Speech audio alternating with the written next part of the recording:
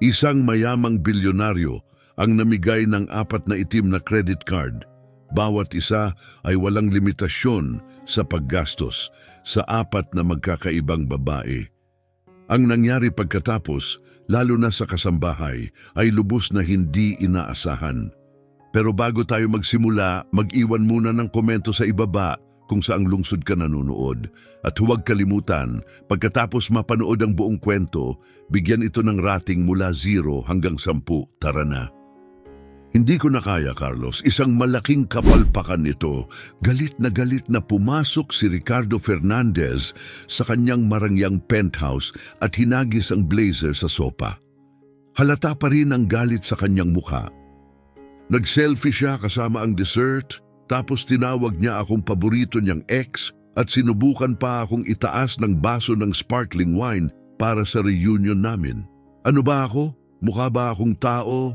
O parang stock na umaakyat sa stock market? Tahimik lang si Carlos, ang personal assistant niya sa nakalipas na 8 taon. Sanay na siya sa ganitong mga dramatikong eksena. Sir, wika ni Carlos ng mahinahon. Hapunan lang iyon. Hapunan, singhal ni Ricardo. Sinabi niyang namimiss niya ako at ang helicopter sa iisang pangungusap. Hindi na nila ako nakikita. Pera na lang ang nakikita nila. Umupo siya sa armchair, dumampi ang mga daliri sa kanyang buhok, halatang sawang-sawa ng ituring na naglalakad na pitaka. Huminga ng malalim si Carlos at nag-alok ng solusyon. Siguro kailangan niyo ng bakasyon, sir, para luminaw ang isipan ninyo. Pero hindi nakikinig si Ricardo. Biglang may sumiklab na ideya sa kanya. Isang biglang bugso ng kaisipan, kalahati katalinuhan, kalahati kabaliwan. Matindi ang kislap ng kanyang mga mata. Hindi, mariin niyang sabi, ayoko na ng mga peke at may tinatagong motibo. Napatigagal si Carlos. Kilala niya ang tono na iyon. Hindi iyon nagdadala ng mabuting resulta. Ano na naman ang plano ninyo? Maingat niyang tanong. Isang pagsubok, sagot ni Ricardo. Isang eksperimento, isang social study kung gusto mo. Umirap si Carlos. Sir, tuwing binabanggit niyo ang salitang eksperimento, may umiiyak o nasa front page kinabukasan. Iba ito ngayon, sagot ni Ricardo ng buong kumpiyansa. Magbibigay ako ng black credit card, walang limitasyon, sa 4 na babaeng kilala ko. Wala akong sasabihin. Walang kondisyon, basta kalayaan, napakurap si Carlos. At pagkatapos huhusgahan niyo sila base sa ginastos nila. Walang paghuhusga, git ni Ricardo. Pagmamasid lang, ipapakita nila kung sino talaga sila. Teka, sino ang 4 na yan? Si Isabela, syempre matutuwa siya. Tapos si Maria ang assistant ko. Lagi niyang sinasabi kung gaano siya kagaling sa strategic choices. Tingnan natin sa labas ng opisina. Si Teresa rin. Laging maayos, laging may laro sa isipan. At natigil siya. Si Carmen. Napatingala si Carlos. Carmen, ang kasambahay. Tumango si Ricardo. Oo, si Carmen na minsang nagbanta sa akin gamit ang kahoy na sandok dahil hinalo ko ng maaga ang risotto niya. Hinding-hindi siya humihingi ng kahit ano. Hindi niya ako sinusubukang pasayahin. Ginagawa lang niya ang trabaho niya.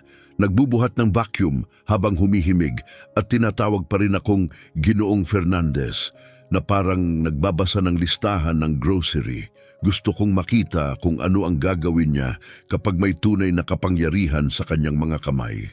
Baka maging delikado pa yan, biro ni Carlos. Ricardo, hindi lang ito kabaliwan. Panganib ito, pwedeng mauwi sa masama. Pero nakapagdesisyon na si Ricardo. Kinuha ang telepono at nagsimulang mag-type. Inayos na niya ang lahat. Custom black cards, express delivery. Kinabukasan, tahimik ang penthouse. At kapag tahimik, ibig sabihin may binabalak si Ricardo. Sa sala, nakahilera ang 4 na matte black na sobre.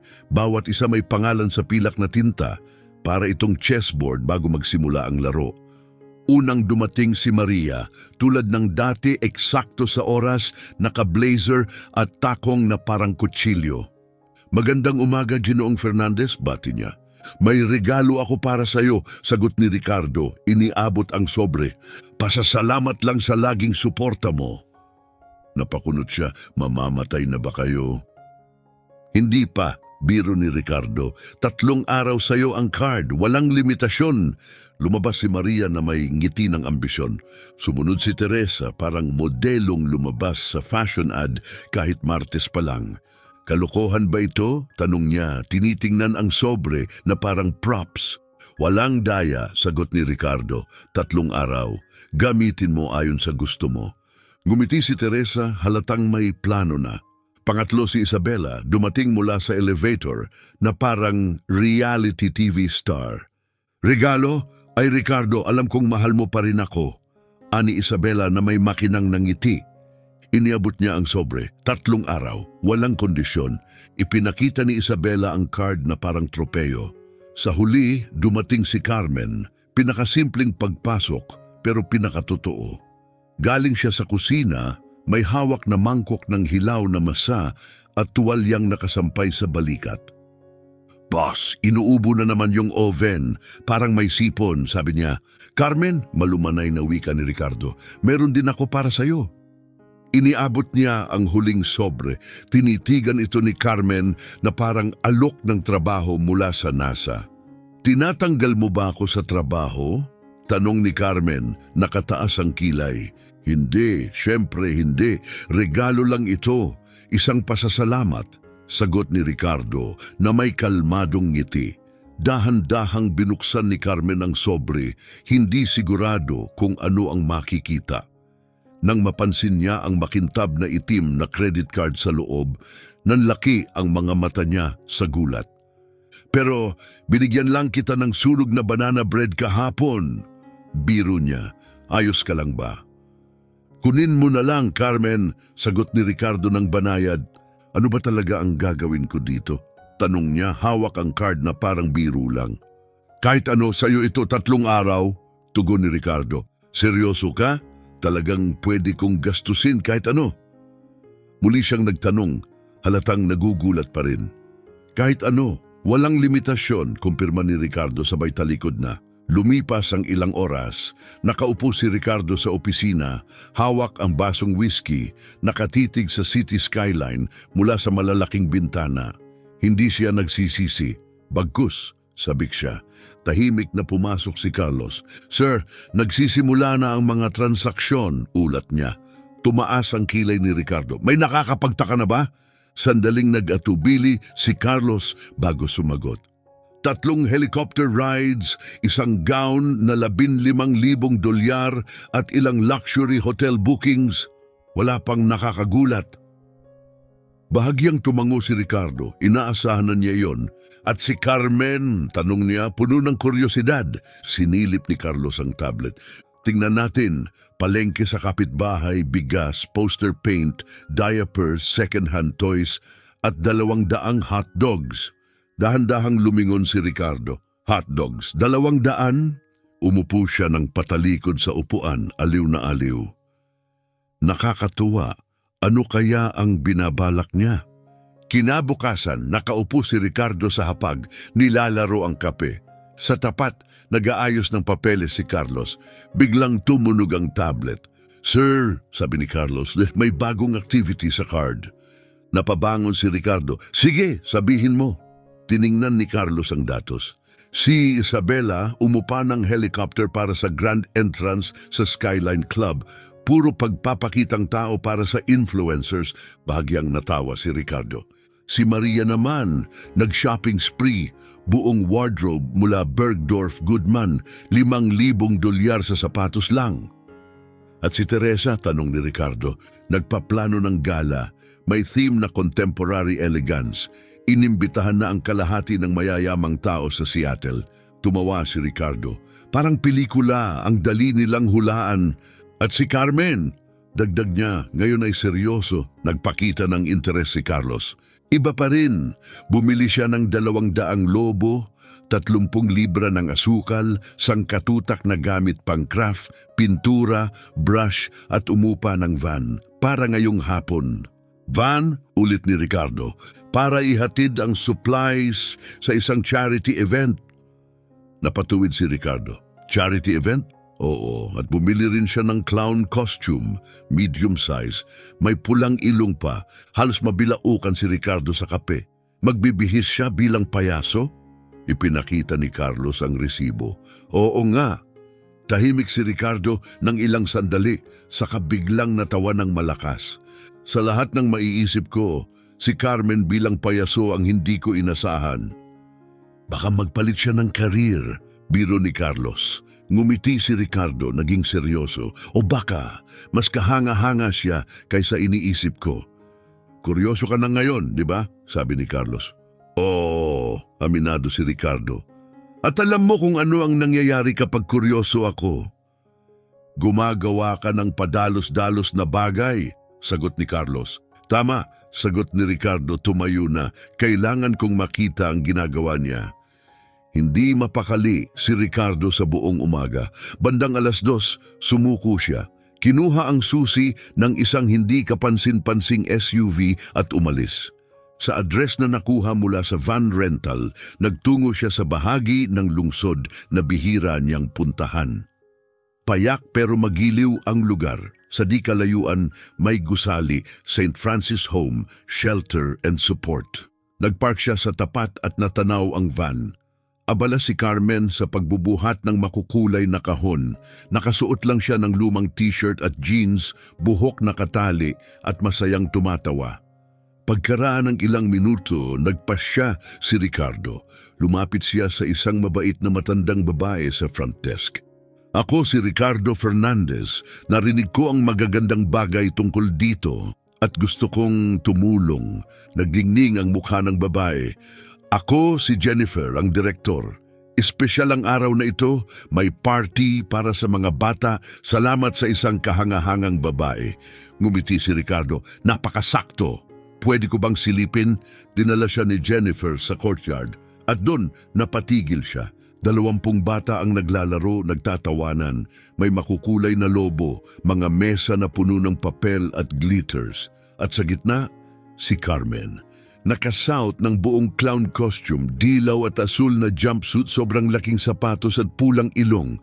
Nakayuko siya, tinuturuan ng mga bata gumawa ng balloon animals. Ang resulta, nakakatawa at magulo.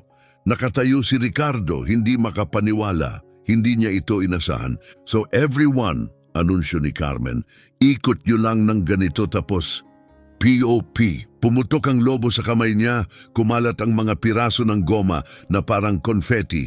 Oops! Natatawang sabi niya, sabay tanggal ng lobo sa buhok. Mukhang gusto niyang maging dekorasyon na lang.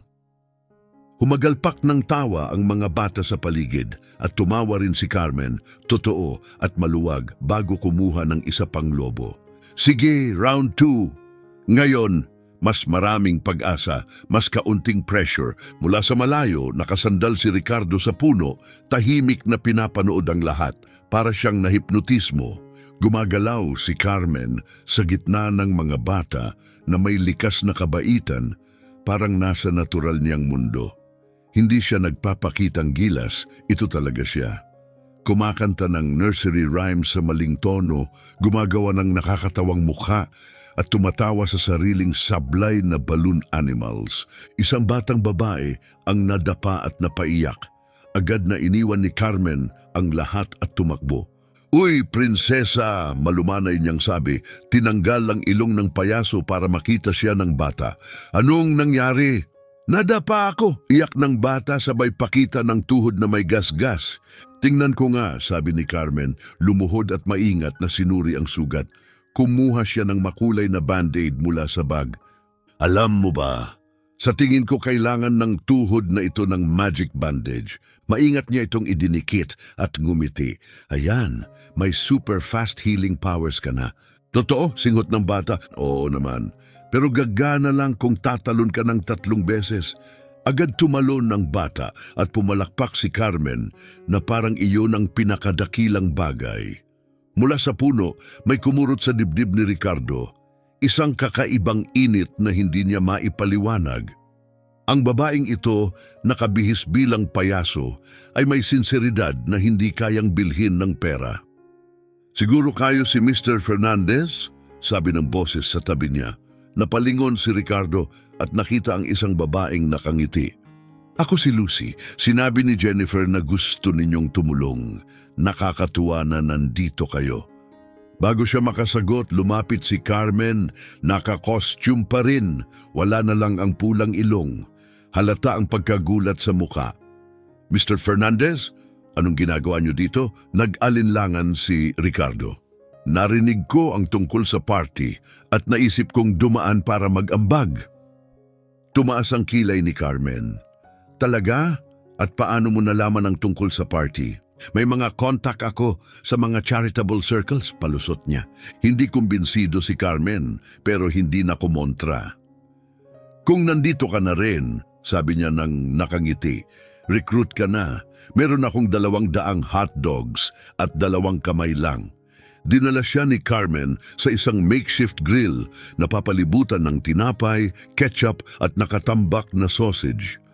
"Marunong ka bang magluto ng hotdog?" tanong niya, sabay abot ng spatula. "May masters ako sa business mula Harvard," sagot ni Ricardo. "Perfect, may PhD naman ako sa pagsusunog ng pagkain, kaya sobra tayong qualified." Natawa si Ricardo at nagsimulang magluto, pero agad na naging gulo. Mga sausage na nahulog, ketchup sa kanyang polo, at muntik masunog ang tray ng tinapay. "Pwede ka nang magtrabaho sa demolition," biro ni Carmen. "Nakakatawa," tugon ni Ricardo. "Siguro ikaw na ang sa grill, ako na sa plato." Nagpalit sila. Habang abala si Carmen sa pagluto na parang eksperto, si Ricardo naman ang nag-abot ng hotdog sa mga bata. Isa-isa silang lumapit, hindi lang para sa pagkain, kundi para makipag-usap, magbiro at magbigay pa ng mga crayon drawings. "Mayaman ka ba talaga?" tanong ng isang batang lalaki. "Kaunti," sagot ni Ricardo. Hindi alam paano ipaliwanag ang yaman niya. "Astig, pwede ka bang bumili ng dragon?" "Walang totoong dragon," natatawang sagot ni Ricardo. "Meron," giit ng bata. Sabi ni Carmen, nakakita siya. Tumingin si Ricardo kay Carmen na kunyari hindi nakarinig habang sanay na iniikot ang sausage. Sinabi niya iyon? Oh, siya ang pinakamagaling magkwento. Pagsapit ng hapon, busog ang mga bata, naubos ang hotdogs at unti-unting naging antok ang tawanan. Tinulungan ni Ricardo si Carmen magligpit. Tahimik silang nagtrabaho, namumulot ng mga lobo at laruan. Nang sila na lang ang natira, nagsalita si Ricardo. "Bakit mo ginagawa ito?" "Ang alin?" balik tanong ni Carmen. "Ito," sabay turo niya sa bakanting courtyard. "Ginugugol mo ang oras at pera dito." "Well, technically pera ko ngayon, pero..." Nagkibit balikat si Carmen.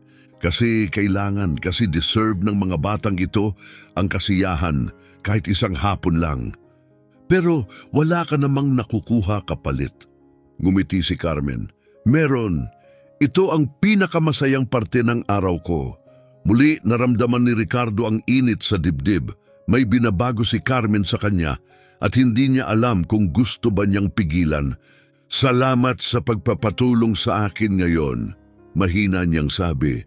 "Salamat at hindi mo sinunog ang buong lugar," sagot ni Carmen na may ngiti. Habang naglalakad sila palabas, napagtanto ni Ricardo ang isang bagay na hindi niya inaasahan.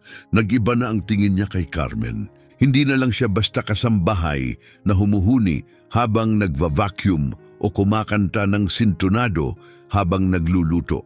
Isa siyang taong may pusong napakalaki na kayang gawing maliit ang kanyang kayamanan. Kinabukasan, hindi makapag-concentrate si Ricardo. Kahit anong gawin, bumabalik sa isip niya. Ang tawa ni Carmen, ang clown costume, ang paraan niya sa mga bata. Sa opisina, sumuko na siya. "Carlos," wika niya, ibinaba ang panulat. "Yes, sir." "Anong klaseng kape ang gusto ni Carmen?" Napatingin si Carlos. "Kape?" "Oo." Si Carmen, ano ba lagi niyang iniinom? Palagi niyang sinasabi na masyadong maarte ang Italian machine natin. Mas gusto niya yung murang instant coffee sa likod. Yung ibinibigay lang natin sa guests na hindi natin gusto. Napangiti si Ricardo. Tunay na tunog ni Carmen iyon. Napangiti si Ricardo sa sarili. Perfect. Kanselahin mo ang lahat ng schedule ko ngayong hapon. Makalipas ang 1 oras, nadatnan niya si Carmen sa kusina ng penthouse, abalang-abala sa pagkuskus ng kawali na para bang mortal na kaaway niya ito. Mahina siyang humuhuni ng sintunadong country song habang nililinis. Isang uri ng pukus na nagmumula lang sa taong tunay na nagmamahal sa ginagawa niya. "Carmen!" tawag ni Ricardo habang papalapit. "Gusto mo bang magkape tayo sa labas, sa isang tahimik na lugar?" Natigilan si Carmen sa gitna ng pagkuskus at napatingin sa kanya, nakataas ang kilay na parang tinanong siyang lumipad papuntang Mars. "Kape? Kasama ikaw sa labas?" "Oo. May alam akong maliit na lugar, walang kaartehan. Tayong dalawa lang," nangunot ang noo ni Carmen. "Seryoso, Mr. Fernandez, midlife crisis ba ito? Kahapon bigla kang lumitaw sa shelter na parang si Batman, ngayon nagyayaya ka ng kape. May natamaan ba ang ulo mo?" Natawa si Ricardo. "Baka nga. So, sasama ka ba?" Tumingin si Carmen sa suot niya, kupas na jeans na may mancha at lumang t-shirt na halatang pinagdaanan na. "Nang ganito ang suot, perfect ka na," sagot niya ng tapat. "Eksakto kung sino ka." 20 minuto ang lumipas, magkatapat na silang nakaupo sa isang tahimik na sulok ng maliit na cafe downtown. Pinili ni Ricardo ang lugar ng maingat, malayo sa mga mamahaling kainan na madalas niyang puntahan. Gusto niya ng privacy, isang lugar na walang istorbo at walang humihingi sa kanya ng kahit ano. Nasa harap niya si Carmen, iniikot ang asukal sa kape na para bang may atraso ito. Halatang kinakabahan, iniiwas ang tingin. "So," wika niya sa wakas, sumisilip kay Ricardo, "ganito ba ang lasa ng kape ng mayayaman? Kasi parang kapareho lang ito ng binibigay ni Mrs. Martha sa panaderya malapit sa shelter." "Kasi pareho nga," nakangiting sagot ni Ricardo. "Gusto ko ng normal." Humigop si Carmen at nagkunwaring nandidiri. "Hindi naman kasing arte ng kape machine mo sa kusina. Parang sumasali sa telenovela yon tuwing nagbe-brew." Natawa ng malakas si Ricardo. "Ang dami mong opinyon tungkol sa appliances ko." "May opinyon ako sa lahat ng bagay," tugon ni Carmen na nakangiti. Sabi ni Jennifer, "Parang ilong daw ang opinyon. Lahat may kanya-kanyang isa at lahat akala nila sa kanila ang pinakamaganda." "Mukhang matalino siya," sabi ni Ricardo. Lumambot ang ngiti ni Carmen, bumagal ang paghalo ng kutsara. "Oo, isa siya sa pinakamabuti." Nahinuha agad ni Ricardo ang pagbabago ng tono. "Parang kilalang kilala mo ang orphanage kahapon," banayad niyang tanong. "Dapat lang," sagot ni Carmen na parang walang anuman. "Doon ako lumaki." Nabigla si Ricardo. "Talaga?" "Oo, mula pagkasilang hanggang 18. Iniwan ako ng nanay ko doon bilang sanggol." Sabi ni Jennifer, bata pa raw siya at walang kakayahang magpalaki ng anak. "Nag-iwan ng sulat na mahal niya ako at gusto niya ng mas mabuting buhay para sa akin." Parang simpleng kwento lang ito kay Carmen. Pero nahuli ni Ricardo ang bahid ng lungkot sa likod ng ngiti. "Pasensya na," mahina niyang sabi. Itinaboy ito ni Carmen gamit ang kamay. "Huwag kang ganyan! Ayos lang ako. Para na ring anghel si Jennifer at pamilya ko na ang mga bata roon. At natuto akong magluto sa kusina nila. Doon ko nadiskubre ang tunay kong talento, ang pagsusunog ng pagkain." Ngumiti si Ricardo. "Pero sigurado akong mahirap din." "Minsan, oo," aminado si Carmen, "lalo na kapag may na-a-adopt at ako hindi. Dumating din ako sa punto na hindi na ako nagtatanong kung bakit. Iniisip ko na lang, baka hindi talaga para mapili. Baka nandito ako para mag-alaga ng iba." Muling kumirot ang dibdib ni Ricardo. Hindi lang siya matatag, sakripisyoso pa, at hindi dahil gusto ng atensyon. Ganun lang talaga siya. "At nung mag-18 ka, Tanong ni Ricardo. Doon ka na pinaalis, Rules. Nakahanap ako ng trabaho sa sandwich shop, nakikitira sa maliit na apartment kasama ang 2 babae at bumibisita sa shelter kapag kaya hanggang sa makita ko ang ad mo para sa housekeeping. Mas gusto ko yon kaysa amoy pickles buong araw. At ayun na ang kasaysayan? Oo, ngayon, nililinis ko ang penthouse mo, nakikipagtalo sa espresso machine mo at kumakanta ng sintonado sa sala. Pero maayos ang sahod at hinahayaan mo akong kumanta. Rare yan. Sintonado ka talaga kumanta. Alam ko, tawa ni Carmen. Gift ko yun. Hindi lahat kayang sirain ang kanta ng ganun. Nag-usap pa sila ng halos 1 oras tungkol sa lahat at wala. Sa bawat kwento at bawat tawa, mas malinaw na nakikita ni Ricardo kung sino si Carmen. Hindi lang siya nakakatawa, hindi lang siya mabait, totoo siya. Isang bagay na matagal nang hindi niya nararanasan. Pagbalik nila sa penthouse, bumalik agad si Carmen sa kanyang routine. Humuhuni habang papasok sa kusina. Pero may nagbago. Hindi na siya basta kasambahay sa paningin ni Ricardo. Isa na siyang taong mahalaga. Mr. Fernandez, bati ni Carlos na may bahid ng kaba. May mga tawag kang natanggap habang wala ka. Humigop si Ricardo ng tubig. May urgent ba? Well, 3 beses tumawag si Isabela. Narinig daw niya ang tungkol sa charity event at gusto raw niyang makisali. Tinawag niya itong, quote, isang media moment na hindi niya pwedeng palampasin. Napabuntong hininga si Ricardo. Paano niya nalaman? Tumawag din si Maria.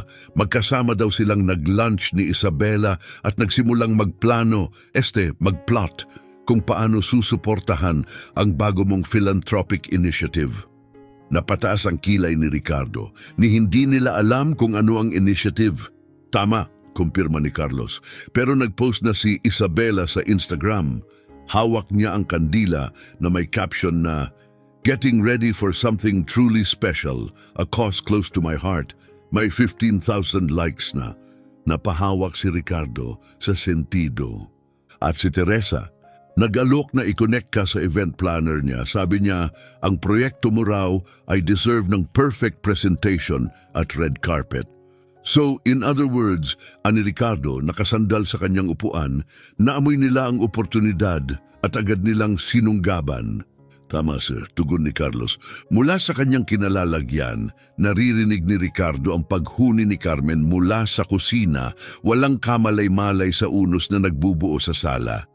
Malamang naghahanda ito ng hapunan, sintunado ang tono pero puno ng buhay. At ang pagkakaibang iyon, si Carmen kumikilos ng tahimik at tapat habang ang iba'y nagplaplano kung paano pagkakakitaan ng sitwasyon, ay hindi niya maikaila. Ginastos ni Carmen ang pera nang walang kapalit, walang social media posts, walang mamahaling bag, walang headline, puro kabutihang loob para mapasaya ang mga bata. Samantalang ang 3, abala na sa paggamit ng kanilang mabuting gawa bilang palabas para sa pansin. Carlos, wika ni Ricardo, kalmado pero matatag, kansilahin mo muna ang lahat ng meeting na sinusubukan nilang ischedule sa akin. Naiintindihan, sir. Kailangan kong mag-isip, kailangan kong magdesisyon kung sino ba talaga ang karapat-dapat manatili sa buhay ko, tumango si Carlos. At ang credit card experiment, sir, paano mo ito susuriin ngayon? Tahimik si Ricardo. Pinabayaan niyang bumalot ang katahimikan habang umaalingaw-ngaw ang sintonadong awit ni Carmen sa buong penthouse. Mas marami itong itinuro sa akin kaysa inaasahan ko, mahina niyang sabi. Sobra pa. Kinagabihan, mag-isa siyang nakaupo sa grand dining room. Isang plato ng pagkain ang nasa harap. Hindi man lang niya tinikman. Pinapaikot lang niya gamit ang tinidor habang muling bumabalik sa isipan ang lahat ng nangyari nitong nakaraang 3 araw. Sa loob ng 72 oras, tuluyang nagbago ang pananaw niya sa mga taong pinakamalapit sa kanya. Si Isabela, si Maria at si Teresa, lahat sila tumugon sa paraang hindi na ikinagulat ni Ricardo ngunit nakapanghinawa. Nakita nila ang card hindi bilang regalo, kundi bilang tulay, papunta sa kasikatan, impluensya at pagkilala. Pero si Carmen, taliwas ang ginawa niya. Ginastos niya ito para sa mga bagay na may saysay, hindi para sa sarili, kundi para sa iba. At nang malaman pa ni Ricardo kung saan siya nagmula, lalong humanga siya. Walang yaman, walang koneksyon, walang kapangyarihan si Carmen, tanging kabutihan at likas na pagnanais na magbigay. Ang tunay na tanong ngayon ay hindi na tungkol sa kanila, tungkol na ito sa kanya. Ano ang gagawin niya sa bagong kaalaman na ito? Pagsapit ng Biyernes ng umaga, paikot-ikot si Ricardo sa penthouse, parang isang hukom na magbababa ng hatol, hindi mapakali, kinakabahan. Hindi ito basta pag-uusap, ito'y tila isang reckoning. "Carlos," sabi niya habang inayos ang kanyang kurbata sa 10 beses, "lahat ba ay nakumpirma para sa 2:00? "Oo, sir. Darating si Isabela sa nakasanayan niyang estilo sa pamamagitan ng helicopter.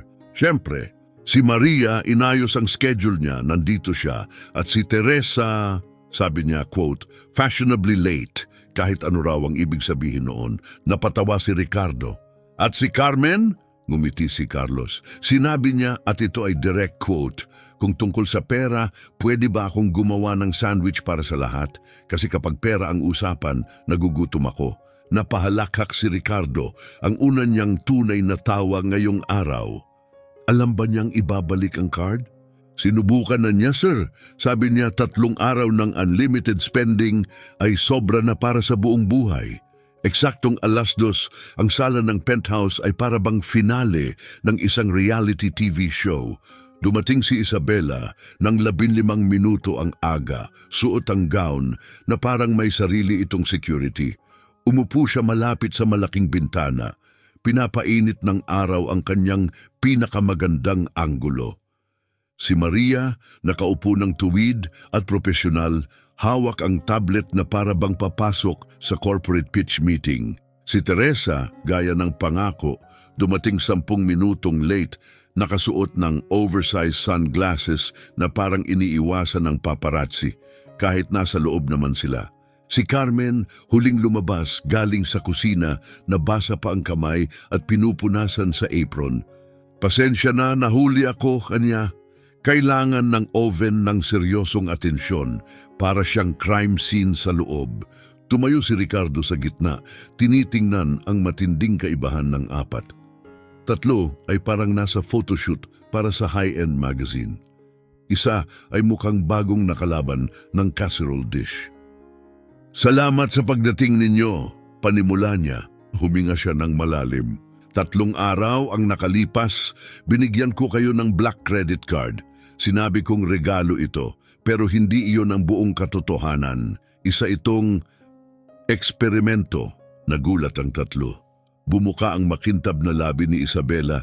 Si Maria ay kumurap na parang nag-crash ang software at si Teresa ay tumangulang ng kaunti. Interesado. Nagkibit balikat si Carmen, nalilitong tumingin sa iba. Ha? Eksperimento pala? Akala ko thank you gift lang.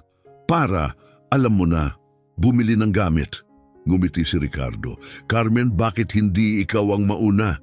Sabihin mo kung paano mo ginamit ang card. Nag-angat balikat si Carmen. Wala namang espesyal. Bumili lang ako ng gamit para sa mga bata sa shelter. Pagkain, laruan, pintura, mga pang-activities, yun lang. Normal, singit ni Isabela, taas ang kilay. Darling, ang normal ay spa day, siguro shopping spree sa Paris. O isang course para mapahusay ang skill set mo, dagdag ni Maria. Isang bagay na magdadagdag ng value sa resume mo. Napakurap si Carmen. Spa day? Naliligo naman ako araw-araw. Ayos pa ang balat ko.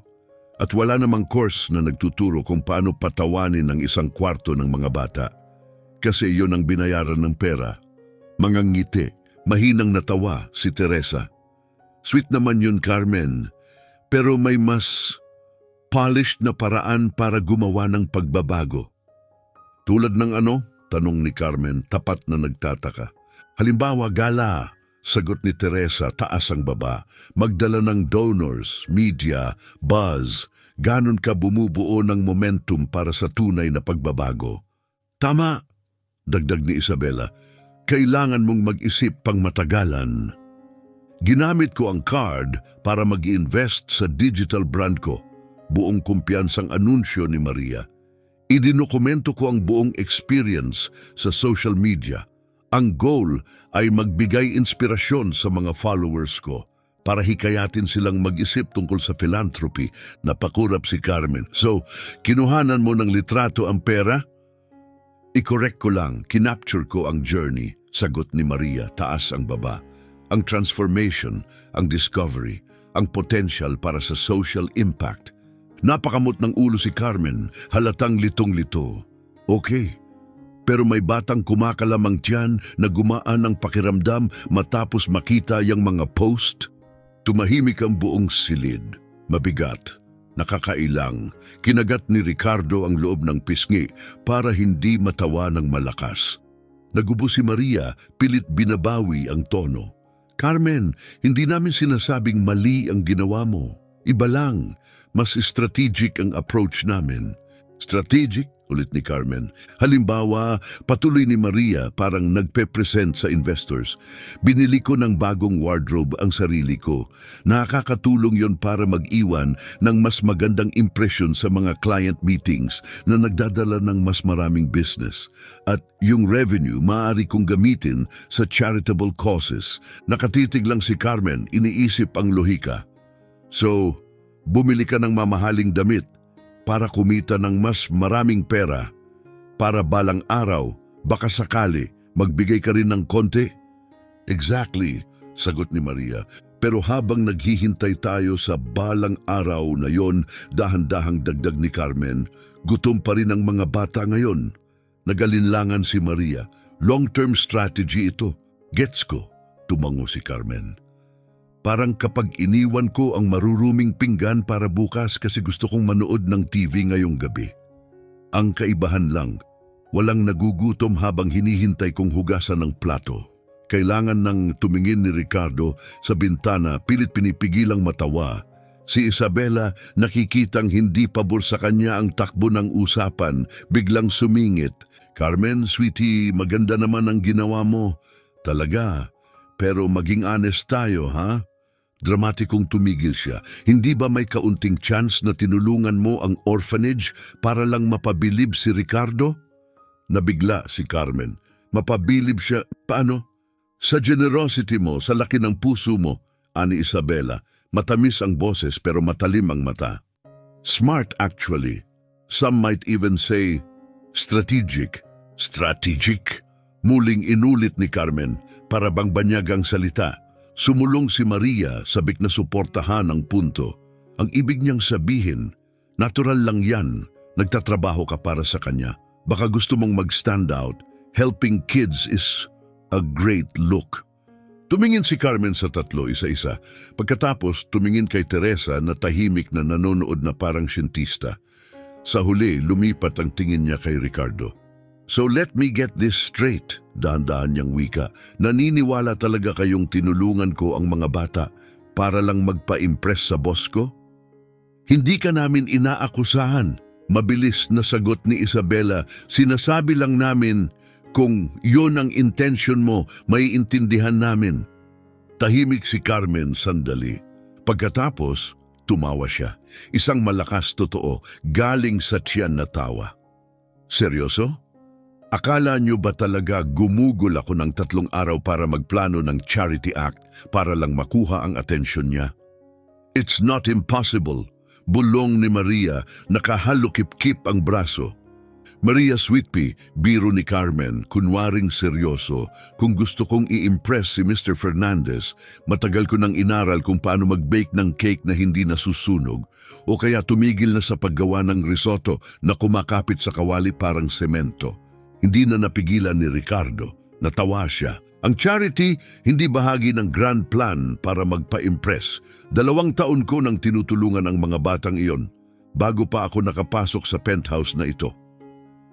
Unang tinanggal ni Teresa ang sunglasses niya, ngayon lang talagang nakikinig. 2 taon? Tanong niya. Linggo-linggo mong ginagawa ito?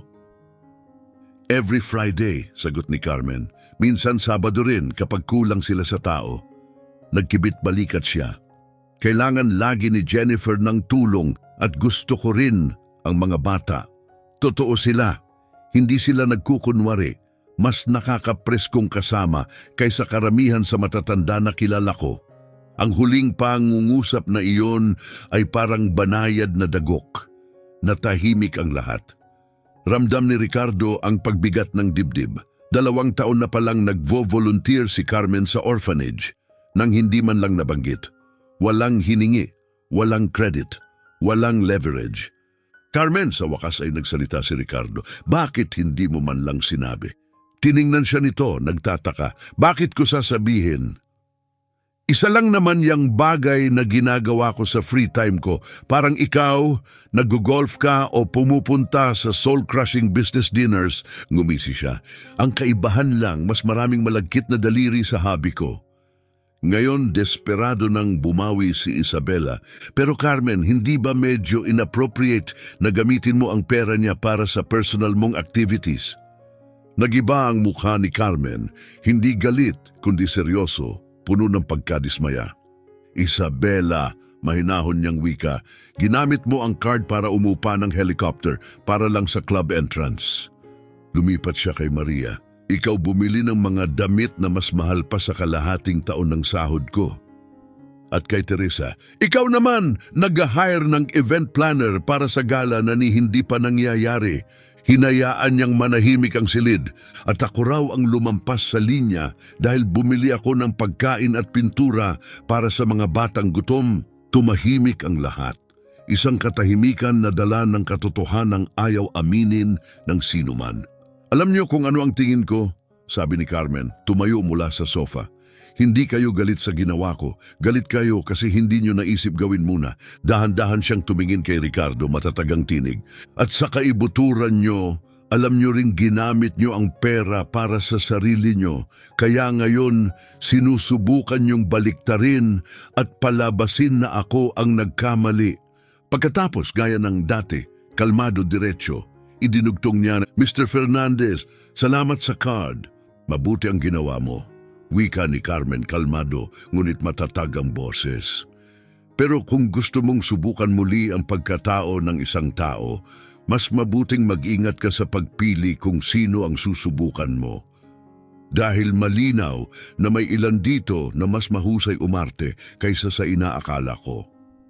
Pagkasabi noon, tumalikod siya at lumabas ng silid, iniwan ang katahimikan na bumalot sa lahat na parang hamog. Tinitigan ni Ricardo ang 3 babaeng naiwan, sina Isabela, Maria at Teresa, at para bang ngayon lang niya sila tunay na nakita. Hindi dahil sa kanilang mga ngiti o alindog, kundi dahil sa mga pinili nilang gawin. Hindi ito tungkol sa kung ano ang binili nila, tungkol ito sa kung sino talaga sila kapag hinarap sa matapat na katotohanan. Wala nang natitirang pagdududa kay Ricardo tungkol sa intensyon ni Carmen. Sa katunayan, ang tanging malinaw sa kanya ngayon ay maaring si Carmen lang ang tanging taong walang pag-iimbot sa buong mundo niya. At ang pagkatuklas na iyon ay nakakatakot at nakaka-inspire ng sabay, na natiling mabigat ang silid hanggang sa basagin ni Isabela ang katahimikan, hinawi ang buhok at nagpumilit ngumiti. Well, medyo naging intense yun. Mariing isinara ni Maria ang kanyang tablet. Ricardo, karapatan naming malaman, bakit mo talaga ginawa ito dahil malinaw na hindi lang ito basta regalo. Huminga ng malalim si Ricardo, dama pa rin ang bigat ng lahat. Gusto niyo ba ng totoo? Magandang simula yun, sabat ni Teresa, ibinalik ang sunglasses sa kanyang mata. Isang test ito, sagot niya. Gusto kong makita kung paano kayo tutugon kapag binigyan ng walang limitasyong resources, walang rules, kalayaan lang. Biglang tumayo si Isabela. Sinubukan mo kami, niloko mo kami. Binigyan ko kayo ng buong kalayaan ng walang kondisyon. Nasaan ang panlilinlang? Ginamit mo kami parang daga sa laboratorio, singhal ni Maria. Manipulasyon yon. Hindi, Manipulasyon kung sinabi ko kung ano ang dapat gawin ninyo. Hindi ko ginawa, pinanood ko lang. Tumawa si Teresa ng tuyo. At ano ang itinuro sa iyo ng grand experiment mo, Dr. Fernandez? Gusto niyo ba talagang malaman? Balik tanong ni Ricardo. Oo, sagot ni Isabela, nakahalukip-kip ang mga braso. Isabela, panimula ni Ricardo, nakatingin sa kanya. Ginamit mo ang card para palakasin ang social media brand mo. Maria, ginamit mo ito para sa wardrobe mo. Teresa, nagplano ka ng event para maka-impress sa elite. At si Carmen, pinakain niya ang mga batang nangangailangan. So what? Balik ni Isabela. Ang content ko kayang mag-inspire ng libo-libo. Value rin yon. Kaya, baka. Pero may natulungan ba talaga? O likes lang ang nakuha mo? Hindi yan ang punto, singit ni Maria. Strategic ang choices ko. Naglatag ng pundasyon para sa long-term giving. Potensyal, tugon ni Ricardo. Iyon ang salitang ginamit nyo. Lahat kayo nag-invest sa potensyal, pero si Carmen, nakita niya ang agarang pangangailangan at kumilos siya. Hindi naghihintay, hindi nagbabranding, hindi nagmamarketing. Napabuntong hininga si Teresa, inis. Ricardo, masyado kang sentimental. Ang totoong pagbabago kailangan ng strategy. O baka naman, sagot ni Ricardo, binalot niyo lang ang kasakiman ninyo sa magarang packaging at tinawag na strategy. Nag-iba ang hangin, naging alanganin, nagkatinginan ng tatlo, walang masabi. Kinuha ni Isabela ang kanyang bag. Kung santo ang gusto mo, dapat sinabi mo mula sa simula. Hindi lahat ng tao naniniwala na ang pagpapakain sa mga ulila ay nakakaayos ng mundo. Ganun ba ang tingin mo? Tahimik na tanong ni Ricardo. Tumayo si Maria, nakahalukip-kip ang mga braso. Hindi ito usapan, set up ito. Hindi, sagot ni Ricardo, ito ang pinakatapat na sandali na naranasan natin. Si Teresa ang huling tumayo, malamig at may halong panunuya ang tinig. Nagkakamali ka, Ricardo. Pinagpapalit mo ang innocence sa virtue. Karaniwang pagkakamali ng mga mayayamang walang magawa. O baka naman, sagot niya ng banayad, pinagpapalit niyo ang pagiging cynical sa pagiging matalino. Walang ibang salita, tumalikod ang tatlo at naglakad palabas ng penthouse, kalansing ng takong ang naiwan. Ngunit kahit sa katahimikan, naririnig pa rin ni Ricardo ang mahina, ngunit pamilyar, ang sintunadong paghuni ni Carmen mula sa kusina, parang pintig ng puso. Kinabukasan, nagising si Ricardo na wala ng alinlangan, alam na niya ang dapat gawin. Nadatnan niya si Carmen sa kusina, gaya ng dati. Pero ngayon, walang awit. Tanging tunog ng dahan-dahang paghalo ng oatmeal. Carmen, sabi niya habang papalapit tungkol sa kahapon. Oh, good morning, Mr. Fernandez. Sagot nito, nakatuon pa rin sa niluluto. Pasensya na kung medyo matindi ang dating ko. Minsan kasi hindi nagkakasundo ang utak at bibig ko. Huwag kang humingi ng paumanhin, sagot niya. Tumayo ka para sa totoo at binigyan mo ako ng ideya. Napalingon si Carmen, nagtataka. Ideya? Gusto kong suportahan ng opisyal ang orphanage, anya. Hindi lang sa pamamagitan ng tseke, pero isang malaking event, isang bagay na tunay na makakabago ng buhay. Nabitawan ni Carmen ang kutsara sa oatmeal. Teka, seryoso ka? Pinakaseryoso kong sinabi, sagot ni Ricardo. Tumaas ang kilay ni Carmen. May catch to. Meron, aminado si Ricardo. Ikaw ang magpipresent ng project. Sa harap ng lahat, namilog ang mata ni Carmen. Ako, Mr. Fernandez, natamaan ka ba ng ulo lately? Hindi ko nga kayang umorder ng pizza nang hindi nauutal. Pero kaya mong pakalmahin ang batang umiiyak sa ilang segundo. Kaya mong gawing pista ang 200 hotdogs. Maniwala ka, Carmen, kaya mong mag-present ng project. Naglakad siya ng paikot sa kusina, halatang kinakabahan. Iba yon, hindi ako hinuhusgahan ng mga bata kapag nagkakamali ako. Mga matatanda yon, mayayamang importante. Lumapit si Ricardo, kalmado at matatag. Carmen, kilala mo ang orphanage, higit kaninuman. Ikaw ang nabuhay doon, huminga doon. Walang ibang makakapagkwento gaya mo. Umungol si Carmen, patuloy ang paglalakad. Wala akong ideya paano magsalita sa harap ng tao. Hindi ko rin alam anong susuotin. Magmumukha lang akong katawa-tawa. Sisirain ko lang. Hindi, banayad na sagot ni Ricardo. Mag-i-ensayo tayo. Nangunot ang noon niya. Practice? Paano? Sa microwave? Hindi, ngumiti si Ricardo. Simulan mo sa akin. Ikwento mo ang orphanage na parang hindi pa ako nakakapunta. Ngayon? Ngayon. Pero nagluluto ako ng oatmeal at teddy bear apron ang suot ko. Eksakto. Kung kaya mo akong maantig habang ganyan ang itsura mo, isipin mo na lang kapag naka-formal dress ka. Napahiling si Carmen pero tumayo, hawak ang kahoy na sandok na parang mikropono. Okay, umubo siya. St. Francis Home ay isang lugar kung saan inikot niya ang sandok, aksidenteng natalsikan ng oatmeal ang pader. Ay naku! Tingnan mo to, natawa si Ricardo. Carmen, huminga ka lang, huwag kang mag-speech, makipag-usap ka lang. Huminga ng malalim si Carmen, nag-focus. Ang mga bata, kamangha-mangha sila, lahat may kakaibang galing. Si Alfredo, gumuguhit ng superheroes kahit saan pati sa napkin. Si Sarah, kumakanta sa banyo at akala niya walang nakakarinig, pero lahat kami rinig siya. At si Michael, nangongolekta ng maliliit na bato kasi sabi niya may mukha lahat ng ito. Habang nagsasalita, nag-iba ang tono niya. Tumibay ang boses, kumalma ang kamay. Nakalimutan ang apron, ang sandok at ang oatmeal. Ang natira na lang ay ang puso niya.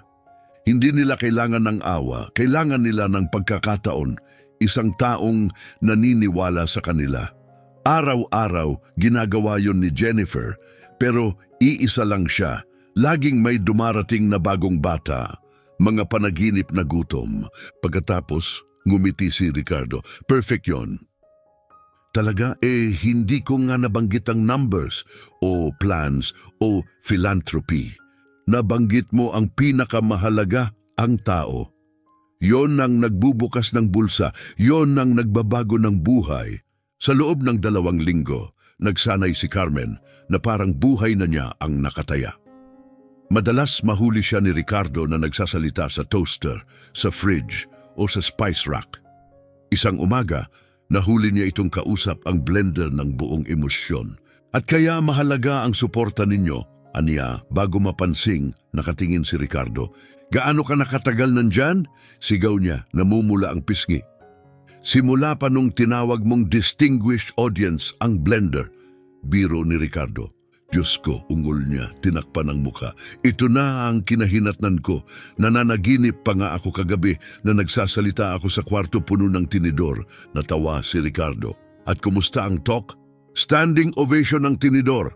Ang mga kutsilyo, mixed reviews. Sabi niya, tawa sa sariling biro. Gets mo? Mixed, parang cutlery set? Gets ko, natatawang sagot ni Ricardo. At gusto ko yon. Kahit ang kaba mo nakakaaliw, habang tumatagal ang pagsasanay, lalong nare-realize ni Ricardo ayaw niyang matapos ang mga sandaling ito. Ang mga biro, ang takot, ang kwento ni Carmen, hindi lang distraction.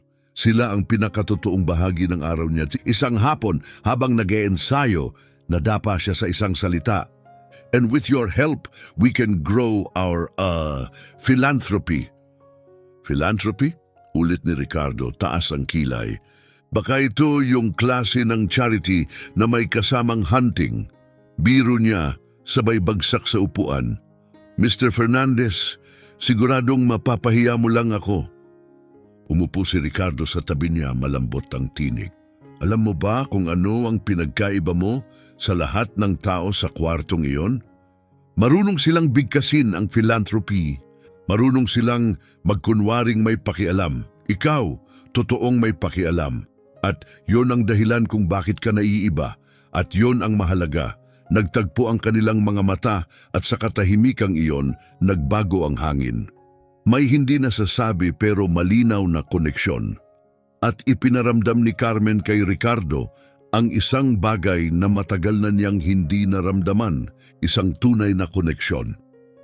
Mr. Fernandez, mahinahong sabi ni Carmen, halos pabulong, bakit napakalaking bagay nito sa'yo?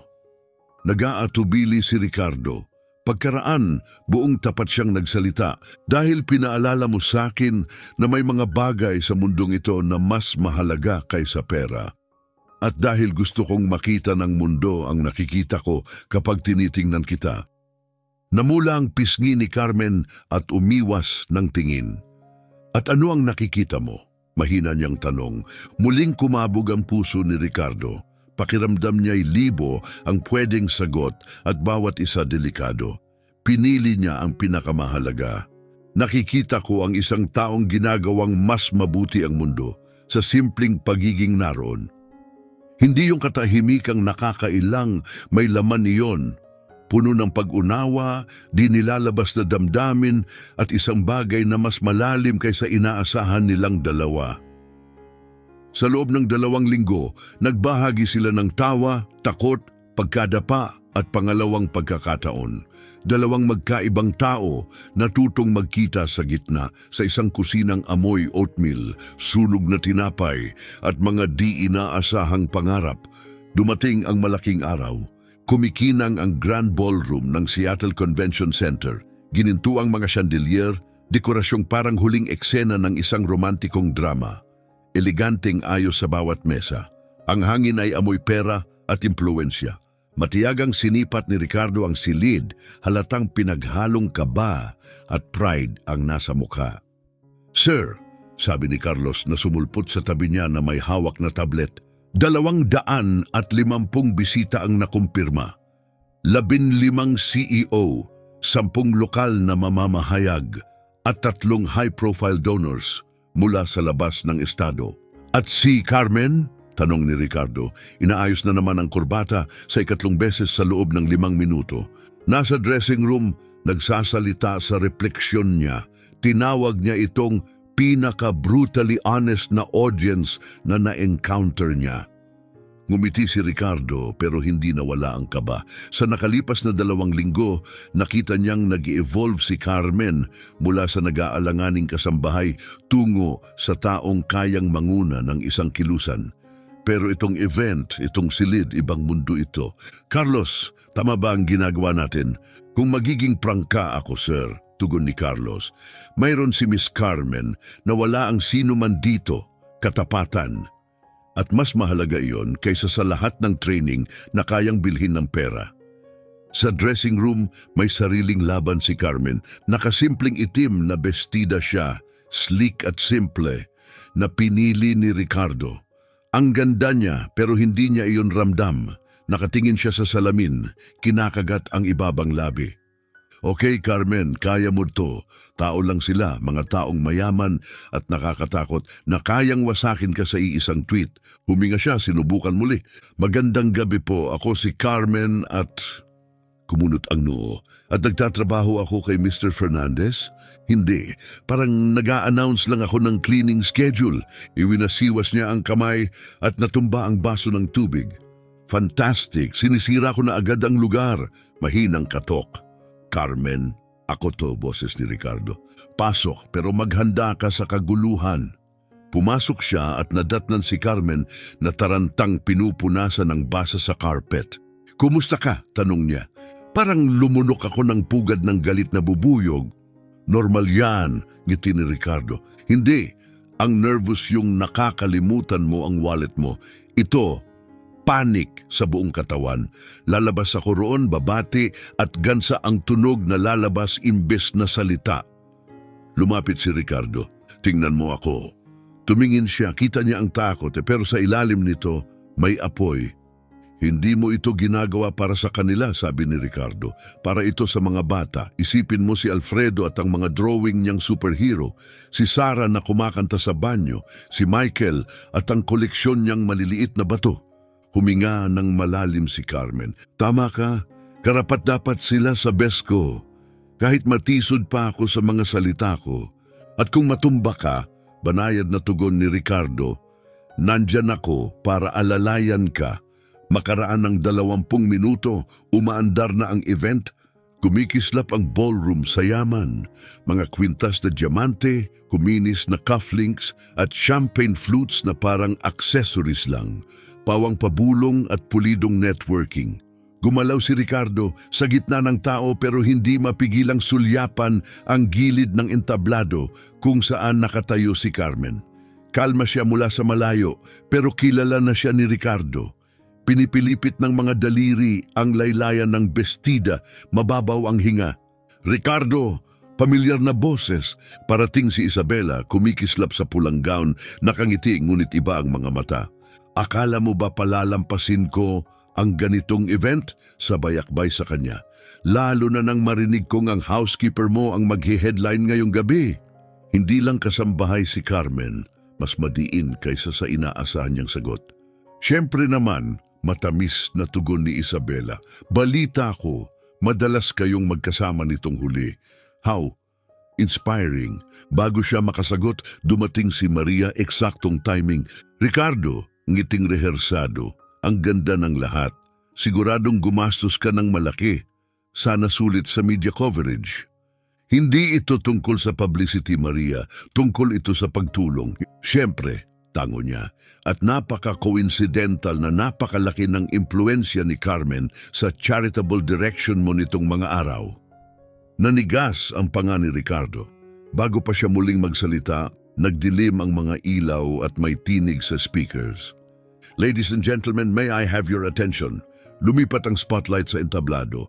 Oras na lumakad si Carmen na parabang tutungtong sa gilid ng bangin. Tuwid ang balikat, bahagyang nanginginig ang kamay.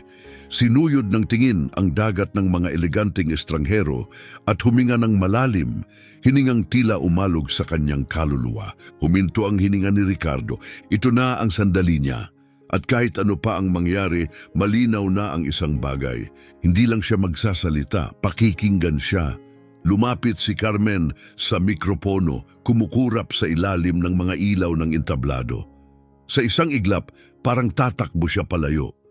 Bahagyang kumuyom ang mga daliri, pero nanatili siya sa pwesto. Magandang gabi, panimula niya. Nanginginig ang boses, sapat para magmukhang totoo. Ako si Carmen.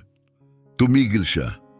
Huminga, hinayaang punuin ng katahimikan ang kanyang dibdib ng tapang. At lumaki ako sa orphanage na susuportahan natin ngayong gabi. Tahimik na alon ng interes ang dumaan sa ballroom, yumuko ang mga tao, bumaba ang mga champagne flutes. Nagpasya si Carmen sa mismong sandaling iyon na sabihin ang kanyang katotohanan. Alam kong sanay na kayong makarinig ng charts, projections at pulidong pitches, wika niya. Pero ngayong gabi, gusto kong pag-usapan ang mga tao, mga bata para maging eksakto. May pangalan, may pangarap, may mga kwentong mahalaga. Ikinuwento niya sina Alfredo, Saras at Michael. Sa bawat pangungusap, nakikita ni Ricardo kung paanong mas lumalapit ang audience, hindi sa katawan, kundi sa damdamin. Hawak na niya ang lahat. Hindi nila kailangan ng awa, sabi niya ngayon ay matatag at buo ang tinig. Kailangan nila ng isang taong maniniwala sa kanila, na magsasabi, mahalaga ka, kaya mong maging kahit sino, at doon pumasok ang universo na may nakakatawang timing. Sa sobrang galaw ni Carmen, natisod ang isang waiter na may dalang tray ng champagne. Crash! Nahulog ang buong tray at tumama diretso sa dibdib ni Manuel Reyes, ang pinakamakapangyarihang negosyante sa Seattle. Nag-echo ang mga hingal. Parang tumigil ang oras. Nanlaki ang mata ni Carmen, puno ng gulat. Diyos ko, Mr. Reyes, pasensya na. Hindi ko sinasadya. Ibig kong sabihin, magsasampa ka ba ng kaso? Kasi wala akong abogado. May pinsan lang akong mahilig manood ng Law and Order. Walang gumalaw. Naghintay ang lahat. Pagkatapos, tumawa si Reyes. Malakas, hindi inaasahan, at sumunod na rin ang lahat. Ricardo, Ania, pinapagpag ang champagne. Sa lahat ng charity events na dinaluhan ko, ito ang unang beses na naging parte ako ng presentation. Parang naalimpungatan si Carmen mula sa isang masamang panaginip. Mr. Reyes, napakabuti mo. Next time, iiwas ko na ang lahat ng inumin sa suit mo. Hindi na kailangan ngiti niya. Kung may speaker na kayang buhusan ako ng champagne at patawanin pa ako, full support agad ako. Mula sa sandaling iyon, nagbago ang gabi. Dala ng gulo at tawanan, tinapos ni Carmen ang kanyang talumpati na may halong humor, katapatan at puso. Pinatawa niya ang mga tao, pinaiyak sa kanyang sinseridad at napaabot sa bulsa.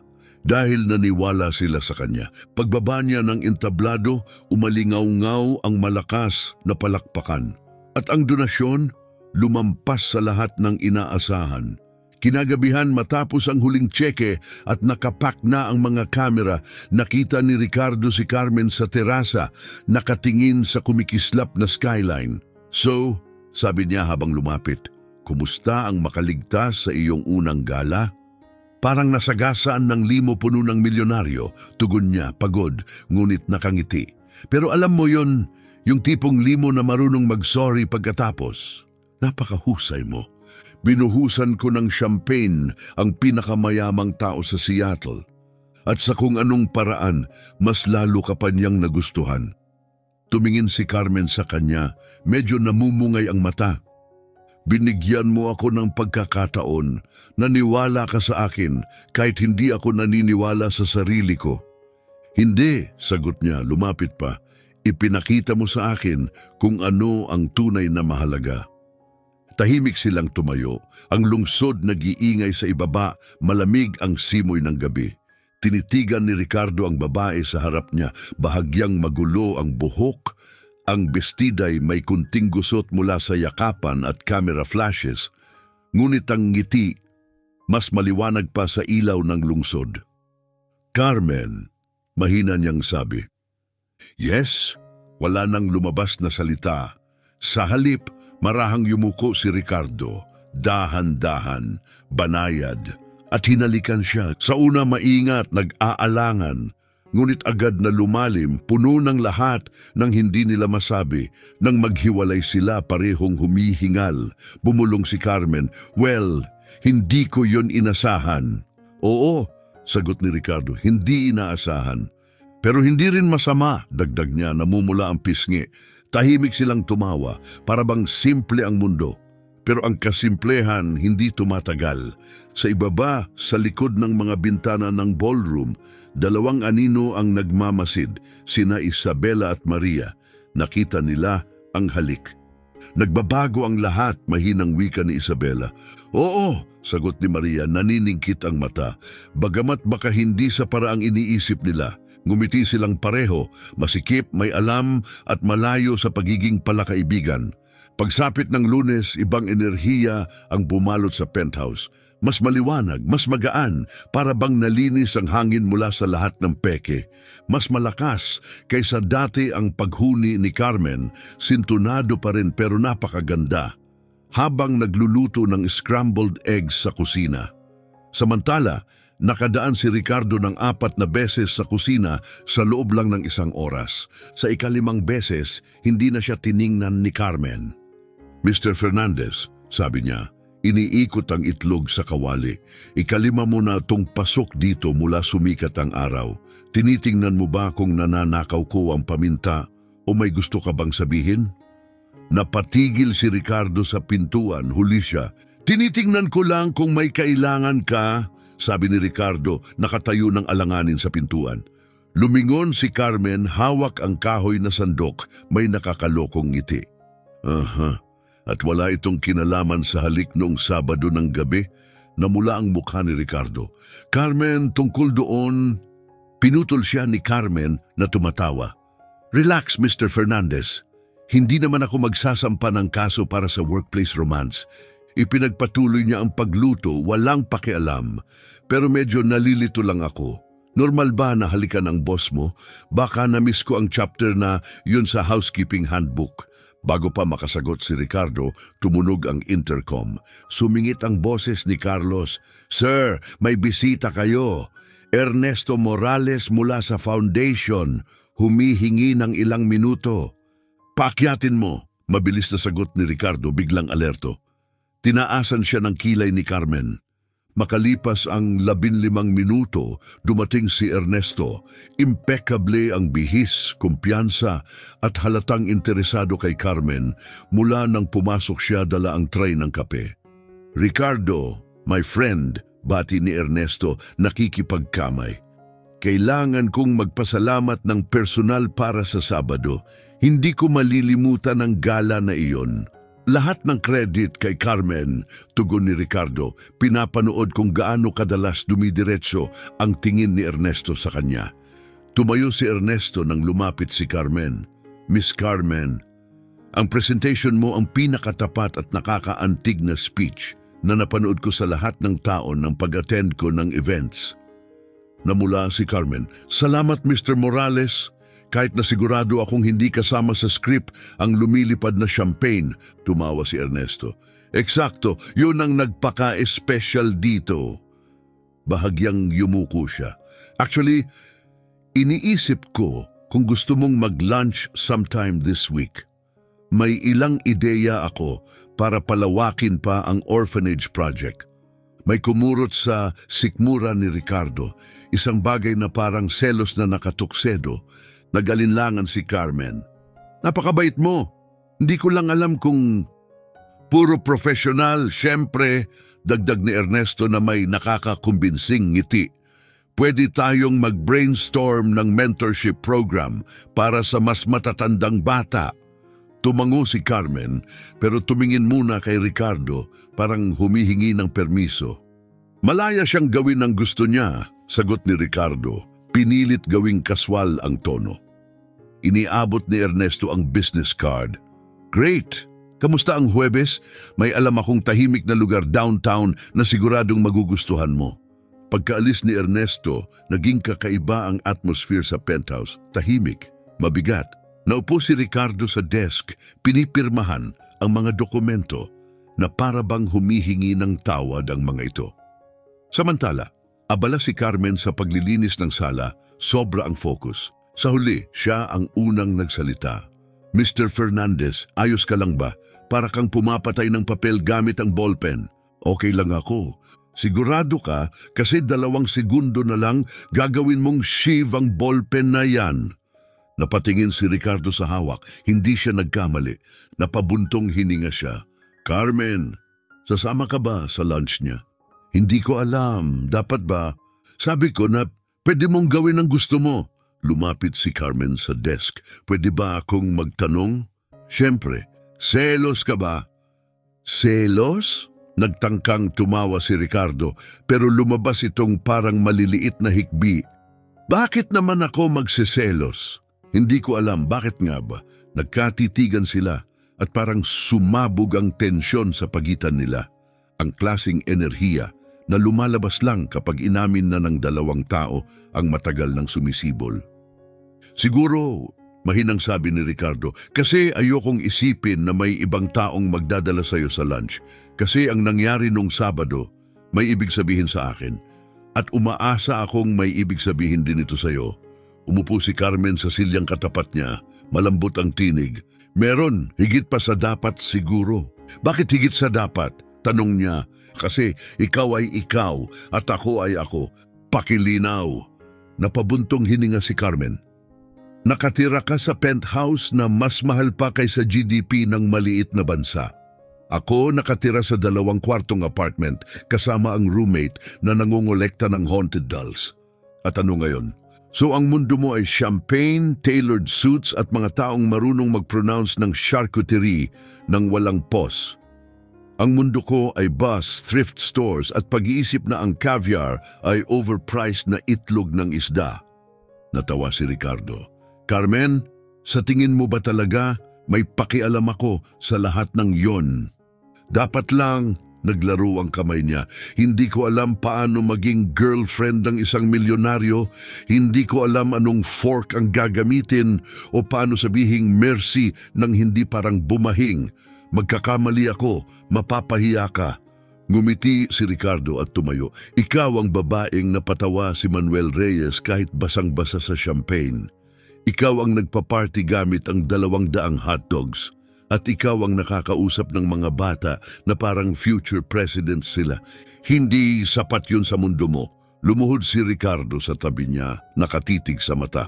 Sobra-sobra na yon sa mundo ko. Sa totoo lang, lahat na iyon. Nagningning ang mata ni Carmen. Sigurado ka, kasi kung sisimulan natin ito at magbago ang isip mo balang araw, hindi ko alam kung makakabawi pa ako. Wala nang balikan, sagot ni Ricardo. At ayoko rin. Ang gusto ko, pasulong. Kasama ka, hindi agad sumagot si Carmen. Sa halip, dahan-dahan siyang yumuko, hinawakan ang kamay niya at pabulong na nagsabi, "Okay, tingnan natin kung saan tayo dadalhin nito. Carmen, tingnan mo ako." Nang magtagpo ang kanilang mga mata, lumambot ang tinig ni Ricardo, ngunit nanatiling matatag. Hindi ako magbabago ng isip. Sa loob ng maraming taon, napapalibutan ako ng mga taong kunwaring nagmamalasakit lang dahil sa pera ko. Pero ikaw, nagmamalasakit ka kahit pa meron ako niyan. At higit pa roon ang ibig sabihin sa akin, nagalinlangan ang mukha ni Carmen. Paano kung hindi ako mag-fit in? Paano kung makita ng mga klase mong kaibigan na isa lang akong small town nobody? Umiling si Ricardo. Kung ganon, hindi ka nila karapat-dapat. Ngumiti siya. Sa totoo lang, pagkatapos ng nakita ko sa credit card experiment, pakiramdam ko mas marami pang matututunan sa'yo ang mga tinatawag kong sophisticated friends. Namula si Carmen. Totoo bang naniniwala ka diyan? Oo, at may aaminin ako. Tumaas ang kilay ni Carmen. Ano yon? Natatakot din ako. Kumurap si Carmen. Ikaw, natatakot saan? Na baka hindi ako sapat para sa'yo. Tiningnan siya ni Carmen na para bang nawala na ang lahat ng sentido kumon. Ricardo, milyonaryo ka, ako naglilinis ng banyo. At ikaw pa rin ang pinakamabait at pinaka-grounded na taong nakilala ko. Nakakatawa ka, totoo ka. Samantalang ako, isa lang akong workaholic na akala ang charity ay basta pirma ng tseke hanggang ipinakita mo kung ano talaga ang ibig sabihin. Hindi ka naman grumpy, sagot ni Carmen bago nang umisi. Well, hindi palagi. Kita mo, sobrang bait mo na agad. Pareho silang natawa at sandaling nawala ang bigat sa pagitan nila. So, tanong ni Carmen, ano na ngayon? Ngayon, sagot ni Ricardo, ikaw ang pipili, lunch kasama si Ernesto Morales o ako? Nagkunwaring nag-isip si Carmen. Isa ay charming businessman na may connection at reservation sa 5-star restaurant downtown. Ang isa naman kumakain ng organic cereal sa hapunan habang nag-e-email na nakamidyas. Hoy, kunwaring na-offend si Ricardo, mahal ang cereal na yon. Sold. Tawa ni Carmen, pero sa kondisyon na hindi ka magmumukhang asong malungkot tuwing may ibang kausap sa akin. Susubukan ko, sagot niya, at tigilan mo na rin ang pagpapanggap na chinecheck ang microwave kada 5 minuto. Hindi ako nagpapanggap, concerned ako sa microwave. Ricardo, okay. Pangako, mas tatago ko na lang ang obsessive need ko na laging nasa paligid mo. Better! Muli silang nagtawanan, nalulunod sa isang sandaling simple at puno ng pag-asa. Pero hindi kalayuan, may nakatagong anino sa pag-asang iyon. Sa kabilang kalye, sa loob ng isang trendy cafe na may malalaking bintana, nakaupo si Isabela. Kitang-kita niya ang penthouse ni Ricardo. Ibinaba niya ang compact binoculars at kinuha ang telepono. Maria? Ako ito. Kailangan nating mag-usap. May problema ba? Pwede mong sabihin yon, malamig na tugon ni Isabela. Ang maliit nating kaibigang Maid ay naging mas malaking problema kaysa sa inaakala natin. Binaban niya ang tawag, mahigpit ang hawak sa tasa ng espresso. Sa likod ng salamin, pinanood niyang nagtatawanan sina Carmen at Ricardo. Masyadong magkalapit, masyadong masaya. Umikot ang malamig na ngiti sa kanyang labi. Kung iniisip ni Carmen na basta na lang siya makakapasok sa buhay ni Ricardo at agawin ang kanyang lugar, magkakamali siya. May mga aral na kailangang ituro sa mahirap na paraan at handa si Isabela na maging guro. 3 araw matapos, amoy bawang at rosemary ang kusina ng penthouse. Abala si Carmen sa paghihiwa ng gulay para sa tanghalian, humuhuni sa kanyang sintunadong paraan. Doon niya napansin ang cellphone ni Ricardo na walang tigil sa pagring. Karaniwan, hindi niya iyon pinapansin. Pero ngayon, iba ang tunog. Urgent, matulis, paulit-ulit. Kasabay nun narinig niya ang boses ni Ricardo mula sa opisina. Carlos, i-cancel lahat ng meetings ko ngayon. Maghanda ng press statement. Kailangan nating maunahan ito. Napatigil si Carmen, nakahawak sa chopping board. May mali. Tumunog muli ang isa pang tawag, sinagot ni Carlos. Oo, ito ang opisina ni Mr. Fernandez. Oo, alam na niya ang tungkol sa artikulo. Hindi pa kami handang mag-comment sa ngayon. Salamat! Article. Bumagsak ang dibdib ni Carmen. Lumakad siya papunta sa hallway, eksaktong dumating si Ricardo. Madilim ang muka, naninigas ang panga, may hawak na tablet. Ricardo, anong nangyari? Para kang nakakita ng multo. Nag-atubili siya. Carmen, may kailangan akong ipakita sa'yo. Pero bago ko gawin, gusto kong malaman mo, hindi ako naniniwala kahit isang salita nito. Anong sinasabi mo? Iniabot niya ang tablet, kinuha ni Carmen at nabasa ang headline, Scandal, Housekeeper Accused of Embezzling Charity Funds. Parang sinuntok siya sa sikmura ng mga salita. Ano? Bulong niya, nanginginig ang boses, nag-scroll siya, nanginginig ang mga daliri. Nakaquote ang anonymous sources mula sa charity gala, sinasabing ginamit ni Carmen ang posisyon para sa pansariling pakinabang, na pinalobo niya ang presyo ng supplies, na isinilid ang sobra, na ginastos ang pera para sa self-promotion, pawang kasinungalingan. Ricardo, hindi totoo to, bulalas niya, dilat ang mata sa takot. Alam mo yun, di ba? Alam mong hindi ko ginawa ito. Tumango siya, mariin ang mga mata. Alam ko, nandoon ako. Nakita ko ang bawat invoice, bawat resibo. Set up ito. Pero sino ang, bago siya matapos, tumunog ang telepono ng penthouse. Pumasok si Carlos, halatang aligaga. Sir, tumawag ang Channel 7 News. Humihingi sila ng comment tungkol sa mga paratang laban kay Miss Carmen. Napahagod ng kamay si Ricardo sa buhok. Unti-unting nababasag ang kanyang kalmado. Sabihin mo sa kanila na naghahanda tayo ng opisyal na pahayag, utos ni Ricardo. Mahigpit ang tinig. Nakatitig sa kanya si Carmen. Opisyal na pahayag, bahagyang pumiyok ang boses niya. Ricardo, bakit hindi mo na lang sinabi na kasinungalingan yon? Nagatubili si Ricardo, dahil kailangan kong maging maingat sa sasabihin ko sa press. Siguraduhin muna natin na kumpleto ang mga detalye. Napakurap si Carmen, hindi makapaniwala. Detalye? Nandun ka mismo, nakita mo ang lahat, alam mong hindi ko ginawa ito. Carmen, alam ko, pero, at ang salitang iyon, pero parang suntok sa dibdib. Bumaba ang tinig ni Carmen. May pero pa? Ramdam ni Ricardo na biglang gumuho ang mundo sa ilalim niya, huli na para bawiin. Carmen, hindi ito dahil hindi kita pinagkakatiwalaan. Pinoprotektahan ko lang ang foundation, ang proyekto, ang reputasyon mo. Reputasyon ko, tawa niyang mapait. Ricardo, wasak na ang reputasyon ko at iniisip mong pinoprotektahan mo ako sa pamamagitan ng pananahimik? Bago pa makasagot si Ricardo, tumunog ang telepono ni Carmen, si Jennifer. Mabilis niya itong sinagot. Hello? Carmen, sweetheart, malambing na tinig ni Jennifer. Nabasa ko ang article, pawang kalokohan. Ayos ka lang ba?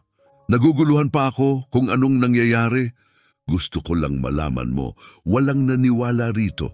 Hinahanap ka ng mga bata. Miss ka na namin. Nabiyak ang boses ni Carmen. Salamat Jennifer, malaking bagay yan sa akin. Binaba niya ang tawag.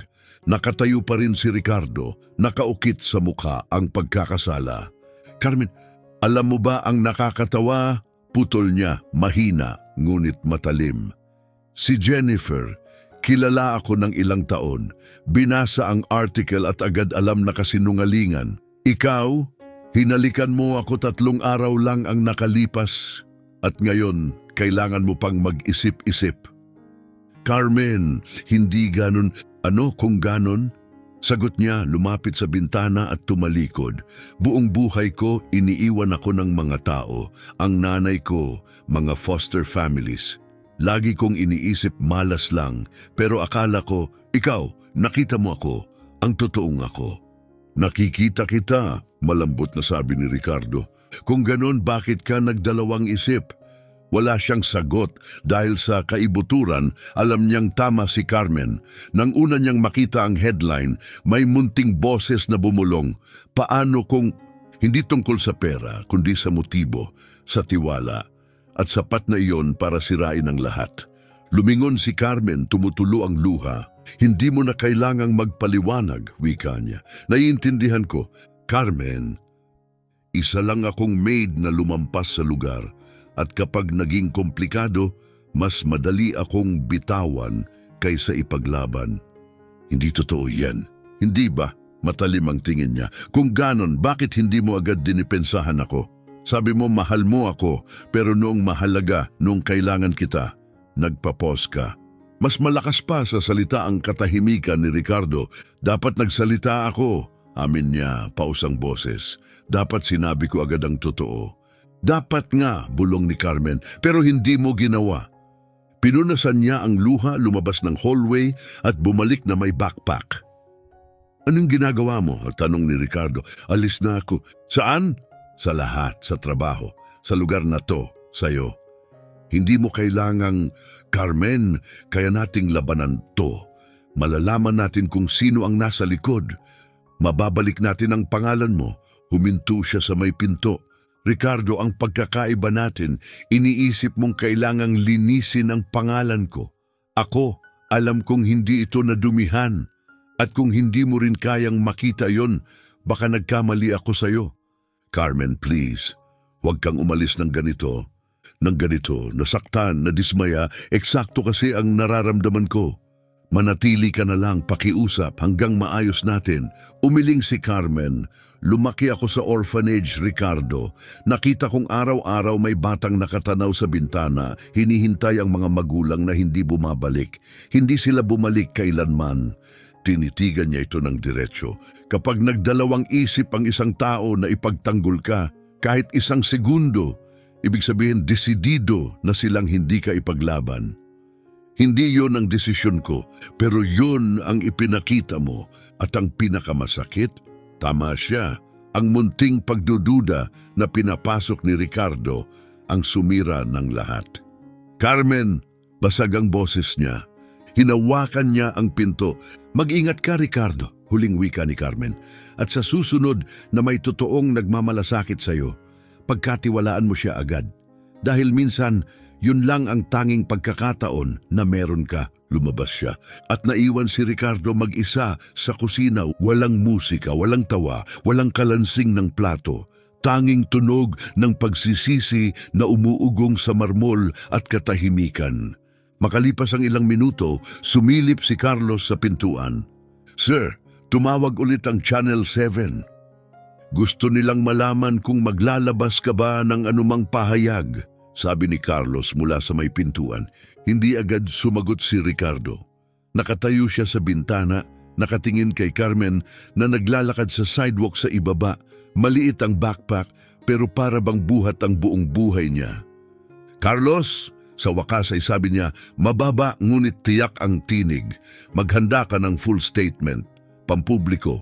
Ipinagtatanggol si Carmen, malinaw, malakas, walang kahit anong pagdududa. Yes sir, tugon ni Carlos. Pero kung maaari kong itanong, anong nagbago? Bakit bigla kang hindi na nag-iingat? Patuloy na nakatitig si Ricardo sa kalsada. Papaliko na si Carmen, tuluyang nawawala sa tanaw.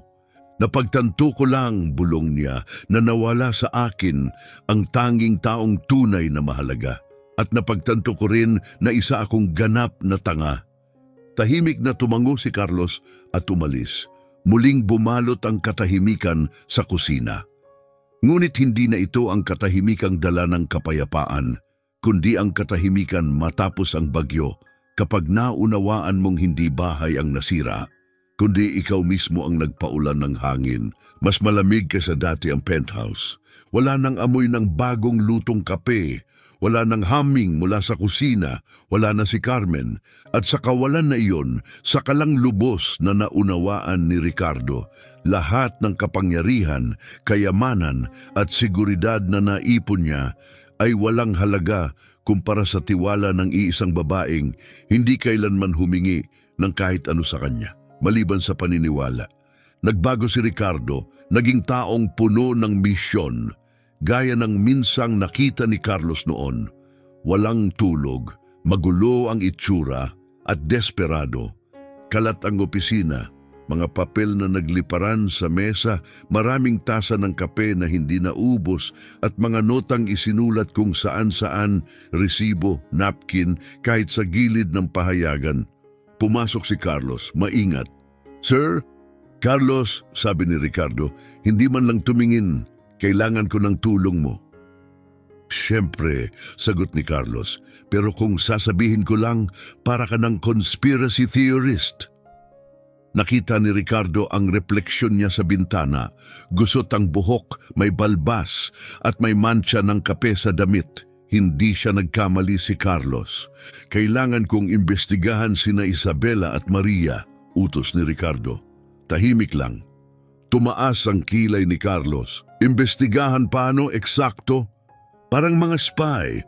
"Sir, baka nakakalimutan mong nandun ako nung bumili ka ng saxophone at nagtangkang bumuo ng jazz band ng 3:00 ng umaga. Mataas ang pasensya ko sa kakaiba, pero parang trabaho ito ng mga profesional." "Wala nang oras," sagot ni Ricardo, tumayo na may bagong determinasyon. "Personal ito." 2 oras ang lumipas, gumulong na ang plano. Nakaitim na beret si Ricardo, malalaking sunglasses at peking bigote na parang galing sa pelikula noong dekada 70. Si Carlos naman, tapat pa rin, nakasuot ng fishing hat at nakadikit na balbas. "Sir," sabi ni Carlos, inayos ang balbas, "para tayong 2 puganteng nakatakas mula sa isang themed cruise ship." "Perfect. Hindi tayo makikilala. Ang misyon, si Ricardo ang susunod kay Isabela. Si Carlos naman kay Maria. Magkikita sila mamaya para ikumpara ang ebidensya." Nagsimula si Ricardo sa paboritong kafe ni Isabela. Umorder siya ng kape, umupo malapit sa bintana at nagbukas ng dyaryo na baliktad. Lumapit ang isang matandang babae. "Iho, ayos ka lang ba? Para kang nagbabasa ng balita mula sa kabilang dimensyon." Nagkamot si Ricardo at inayos ang diaryo. Tinitrain ko lang ang cognitive skills ko." Lumipat ng mesa ang babae. Ilang minuto pa, dumating si Isabela. Matulis ang takong, mas matulis ang sunglasses. Bahagyang lumapit si Ricardo. Nagsimula siyang makinig, ngunit nabangga ang upuan. "Sorry," bulong niya, tinatakpan ng mukha ng bigote.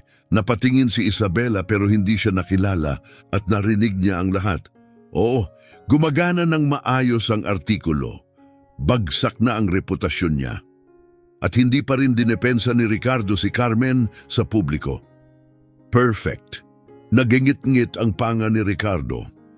Magaling ang gawa ni Maria, mukhang legit ang mga peking resibo, at si Ricardo magaling sa negosyo pero clueless pagdating sa babae.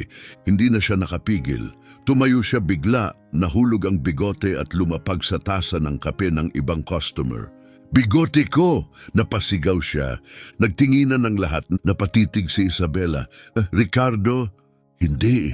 Mabilis niyang sagot, mataas ang boses. Salvador Mustachio, nagbebenta ako ng bigote." Dahan-dahang tumayo si Isabela, hindi kumbinsido. "Ricardo Fernandez, anong ginagawa mo?" Hinila niya ang salamin. Hinahanap ang katotohanan. "Alam ko na," singhal ni Isabela, "sinusubaybayan mo ako." Narinig ko lahat, ang mga kasinungalingan, ang media setup, ang peking dokumento. Umirap si Isabela. "At may ebidensya ka ba?" Napatigil si Ricardo. "Wala." "Ayan na nga." Anya sabay kuha ng bag, mayroon ka lang basang bigote at wala kang ideya kung ano talaga ang habol ni Carmen. Hindi niya nga alam na mayaman ako nang nagsimula siyang magtrabaho para sa akin.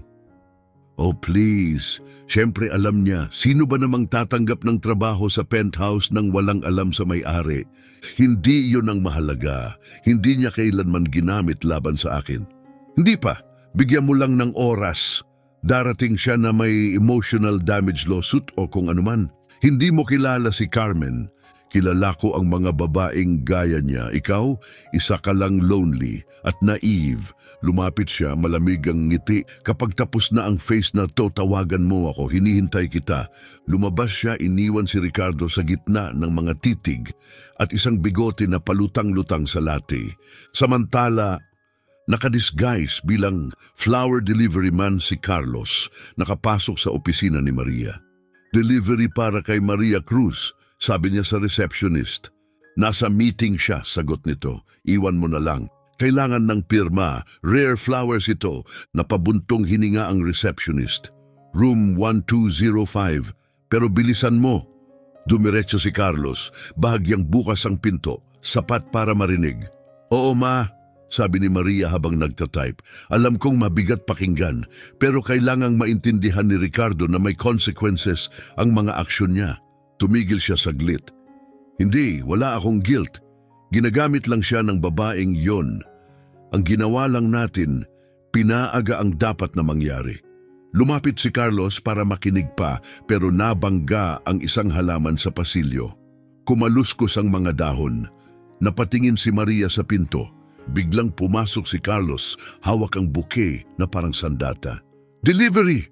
Roses! Exotic ones! Naningkit ang mata ni Maria. Parang, kilala kita. Lagi kong naririnig yan, sagot ni Carlos. Pilit pinapapayat ang boses. May aura ka lang na very familiar.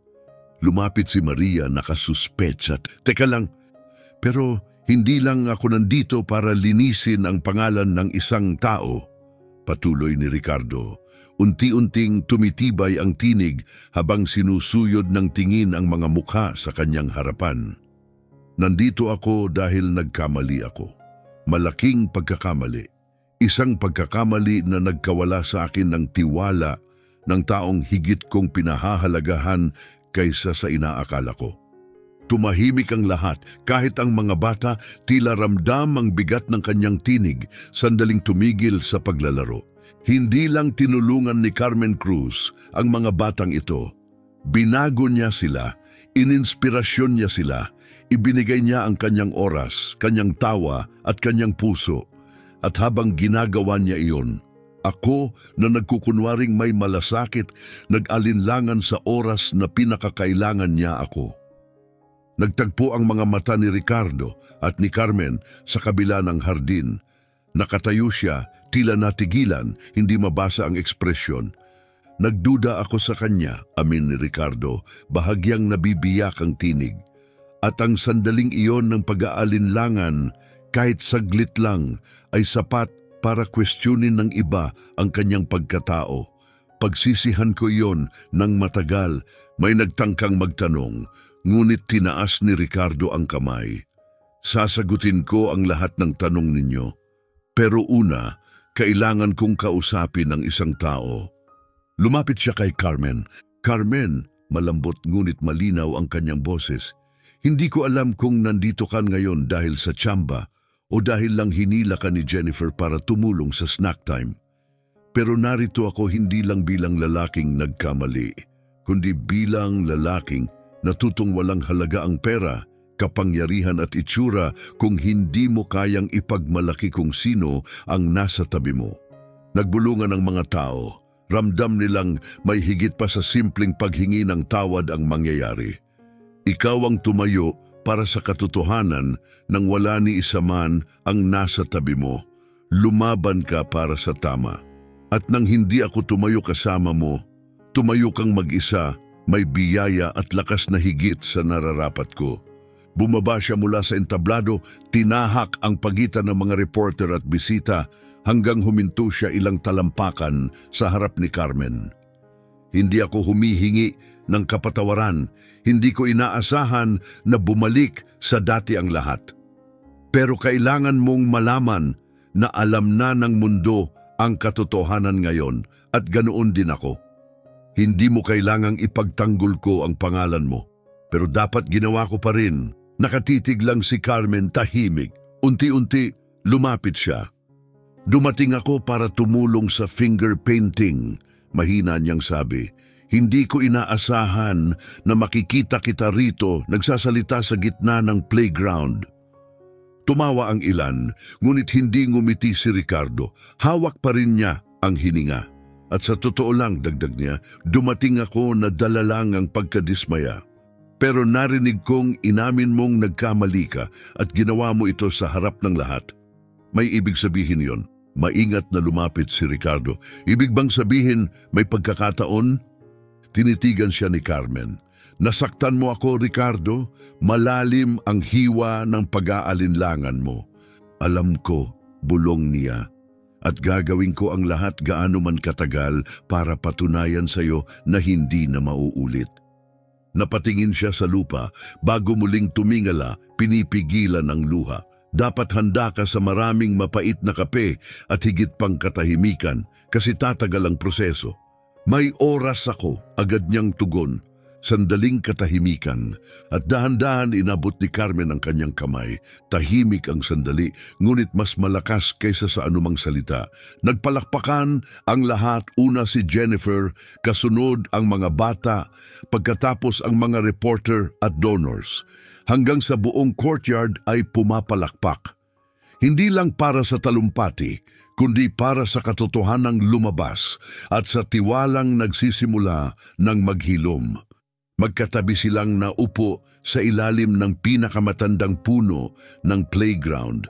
Pinagmamasdan ang mga batang naghahabulan ng bula at isa't isa. Alam mo, sabi ni Carmen, nakatingin sa kanya, hindi ko inisip na ganito ko mababawi ang pangalan ko. Ako rin, sagot ni Ricardo, pero masaya akong ganito nangyari. Tapos na ba? Tanong niya. Yung media, chismis, sina Isabela at Maria, hindi pa, sagot ni Ricardo. Pero sa susunod, haharapin natin ito ng magkasama. Ngumiti si Carmen, may halong lungkot at pag-asa. Paninindigan mo iyan, ha? Samantala sa kabilang panig ng lungsod, ibinagsak ni Isabela ang telepono sa kanyang mesa, kumakalansing ang kanyang pulidong kuko sa salamin. Napanood mo ba ang press conference? Singhal niya kay Maria na nakahiga sa sofa, umiinom ng latte. Sinira niya tayo, ipinahiya sa publiko. Nagkibit balikat si Maria. Sabi ko naman sa'yo, magiging problema ang maid. Naningkit ang mga mata ni Isabela. Hindi pa tapos ito. Akala nila panalo na sila, pero magsisimula pa lang ang laro. Bahala ka, tugon ni Maria, tamad ang tono. Basta huwag mo akong idamay ulit sa skandal na may kinalaman sa bigote. Hindi ako nagsusunog ng pagkain, protesta ni Carmen. Nakahalukip-kip pa ang mga braso habang puno ng harina ang pisngi. Ngumisi si Alfredo. Bakit tumutunog ang smoke alarm tuwing gumagawa ka ng toast? Natawa ang lahat. Maging si Ricardo ay napailing na lang habang natatawa, samantalang binigyan ni Carmen si Alfredo ng kunwaring masamang tingin. Sige na nga, medyo sunog, amin niya sabay gulo sa buhok ng bata. Pero parte yon ng flavor. Sunog na flavor? Singkit ang mata ni Sarah. Gourmet ba yon? Sumabat si Carlos, kasing timing ng isang butler. Ang ibang chef ang tawag diyan ay caramelized. Eksakto! Sigaw ni Carmen, parang nanalo sa debate. Hindi ako masamang cook. Advance lang ako. Nakaupo si Ricardo, nakasandal at pinagmamasdan ang masayang gulo sa paligid. Ang mahabang mesa na dati malamig na dekorasyon lang ng kanyang penthouse ay puno na ngayon ng mumo, tawanan at pagkukwentuhan. Tumingin siya kay Carmen. Nagpapasa ng tinapay, nagbibiro sa mga bata, may harina sa pisngi at nakangiting mas maliwanag pa kaysa chandelier. At doon niya tuluyang nalaman kung ano ang dapat niyang gawin. Tumayo siya at marahang tinapik ang baso gamit ang tinidor. Tumahimik ang lahat. Pwede bang makuha ko ang atensyon ng lahat? Tahimik ang mga bata, ramdam na may mahalagang mangyayari. Tumingin si Ricardo kay Carmen, nakatitig na ito sa kanya, hawak pa rin ang kahoy na sandok. Hindi ko balak gawin ito ngayon, panimula niya. Nanginginig ang dibdib pero matatag ang boses. At lalong hindi ko inaasahan na gagawin ko ito sa kusinang puno ng dough monster at science debates. Natawa ang mga bata, pero matagal ko nang gustong sabihin ito, hindi lang kay Carmen, kundi sa inyong lahat, ang ating bagong pamilya. Huminga siya ng malalim. Carmen Cruz, dati akala ko ang pagmamahal ay tungkol sa malalaking regalo, mamahaling bakasyon at luho. Hanggang dumating ka, kumakanta ng sintunado, nagpapagana ng smoke alarm at binago ang lahat ng alam ko. May luhang pumatak sa pisngi ni Carmen. Tinuro mo sa akin na ang pagmamahal ay pagtanggap sa sunog na toast at mahalin pa rin ito. Ang pagmamahal ay pagbubukas ng tahanan at puso kahit magulo, kahit nakakatakot. Hinugot niya mula sa bulsa ang isang maliit na velvet box. Naghiyawan ang mga bata. Sandali lang! Bulong ni Carmen, namulat ang mga mata. Alam kong may mga pagkukulang tayo, patuloy ni Ricardo, binuksan ang kahon. Nandyan ang singsing, simple, tama, totoo. Pero alam ko rin na bawat sandali na wala ka, parang bahay na walang ilaw. Carmen, pakakasalan mo ba ako? At ipagpapatuloy ang pagsusunog ng toast habang magkasama tayo buong buhay? Tahimik, isang singhot, isa pa, at biglang naghiyawan ang mga bata. Natigilan si Carmen, saglit, hawak pa rin ang sandok. Pagkatapos ay iniwan niya ito at niyakap si Ricardo. "Oh!" Natatawa at umiyak siya. "Oh! Ikaw na nakakatawang lalaki na mahilig sa sunog na toast." Hinalikan niya si Ricardo sa gitna ng palakpakan at sigawan. "Ibig bang sabihin magkakaroon na tayo ng cake?" Sigaw ni Alfredo, nakatayo sa upuan. "Mamaya!" Sagot ni Carmen, humahagik-hik. Pagkatapos kong sunugin ang unang batch, 2 buwan nang lumipas, ikinasal sila sa hardin ng St. Francis Home. Simple, masaya. Puno ng mga taong tunay na mahalaga. Si Alfredo ang pinakamaingay, si Sarah ang pinakamaingat, at si Jennifer ang nagpatakbo ng tahanan ang siyang nagkasal sa kanila. "Ricardo," wika niya nakangiti, "tinatanggap mo ba si Carmen sa mga oras ng katinuan at sa mga oras ng sunog na pagkain?" "Oo," sagot niya tapat. "At ikaw, Carmen, tinatanggap mo ba si Ricardo sa lahat ng kanyang plano at mga disguise na parang spy movie?" "Oo!" Natatawa si Carmen. Nagpalakpakan ng lahat. Si Michael ang ring bearer. Muntik pang mawala ang singsing pero agad na hanap ni Sarah. Ang reception ay tumagal hanggang gabi. May ilaw na nakasabit, tugtog na umaawit, at tawanan ng mga bata na umaalingawngaw sa buong hardin. Habang nakaupo sila sa ilalim ng mga rosas, nakasandal si Carmen sa balikat ni Ricardo. "So," tanong niya, "kumusta ang pakiramdam ng bagong kasal?" "Masaya, kumpleto. Medyo kinakabahan kung ano ang susunugin mo bukas." "Pancakes," biro ni Carmen. "Anong pwedeng magkamali? Gusto mo ba ng alphabetical list o ng timeline?" Hinalikan niya ang tuktok ng ulo ni Carmen. "Wala akong pakialam kahit masunog ang buong kusina. Basta magkasama tayo." Ngumiti si Carmen. "Oh, ang romantic at medyo nakakatakot." At sa ilalim ng mga bituin na pagtanto ni Ricardo, natagpuan niya hindi lang ang sagot sa tanong na sino ang tunay na nagmamalasakit, kundi higit pa, isang pagmamahal na hindi perpekto pero totoo. Isang tahanan na puno ng ingay, tawa at kahit sunog na toast. At doon niya natutunan ang tunay na kahulugan ng pagiging mayaman.